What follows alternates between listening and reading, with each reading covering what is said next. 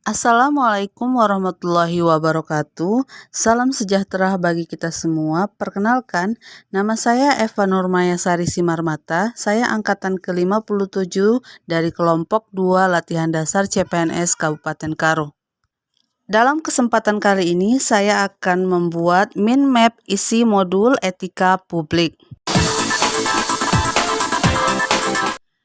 Etika publik adalah refleksi tentang standar atau norma yang menentukan baik atau buruk, benar atau salah, perilaku, tindakan dan keputusan untuk mengarahkan kebijakan publik dalam rangka menjalankan tanggung jawab pelayanan publik.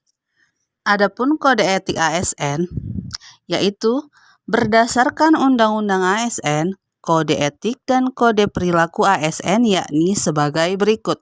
Yang pertama, melaksanakan tugas dengan jujur dan berintegritas tinggi.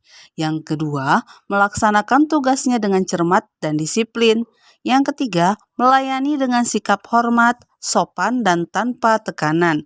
Yang keempat, melaksanakan tugasnya sesuai dengan peraturan perundangan yang berlaku.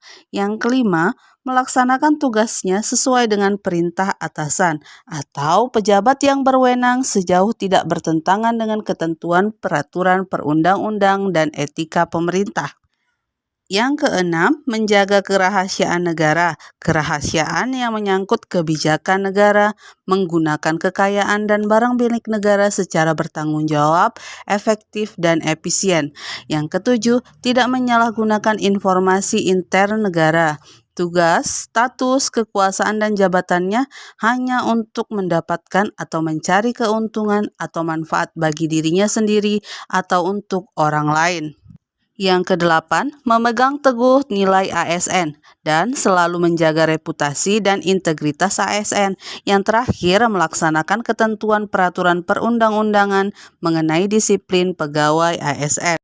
Selanjutnya, dimensi etika publik. Dimensi etika publik terbagi atas 3. Yang pertama, yaitu dimensi kualitas pelayanan publik. Etika publik menekankan pada aspek nilai dan norma, serta prinsip moral, sehingga etika publik menentukan integritas pelayanan publik. Etika publik menuntut lebih dari kompetensi teknis karena harus mampu mengidentifikasikan masalah-masalah dan konsep etika yang khas dalam pelayanan publik.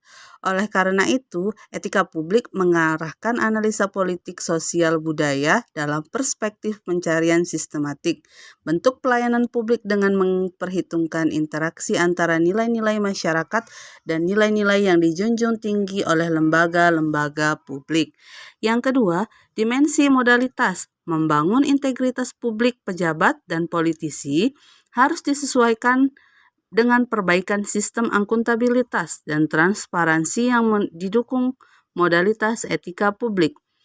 Akuntabilitas berarti pemerintah harus mempertanggungjawabkan secara moral, hukum, dan politik atas kebijakan dan tindakan-tindakannya kepada rakyat.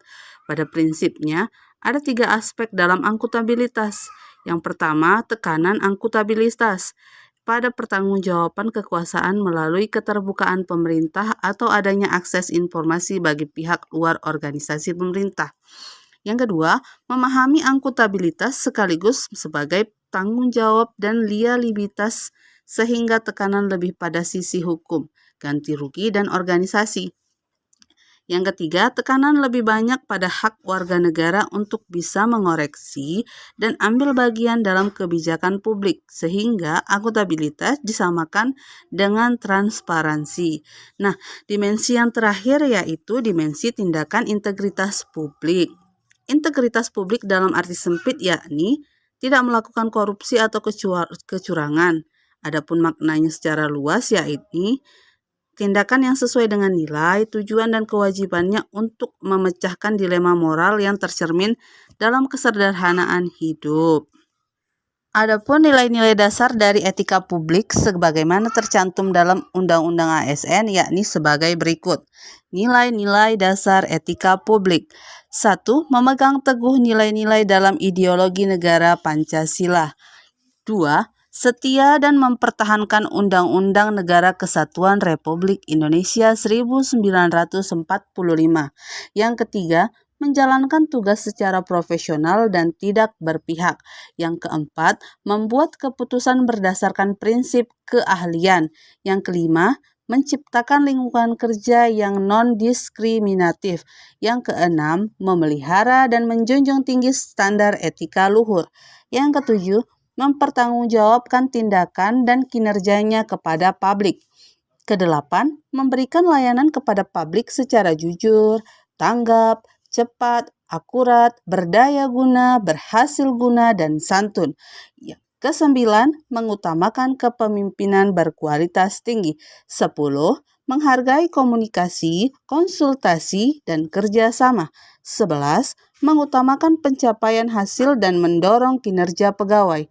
12. Mendorong kesetaraan dalam pekerjaan. 13. Meningkatkan efektivitas sistem pemerintahan yang demokrasi sebagai perangkat sistem karir.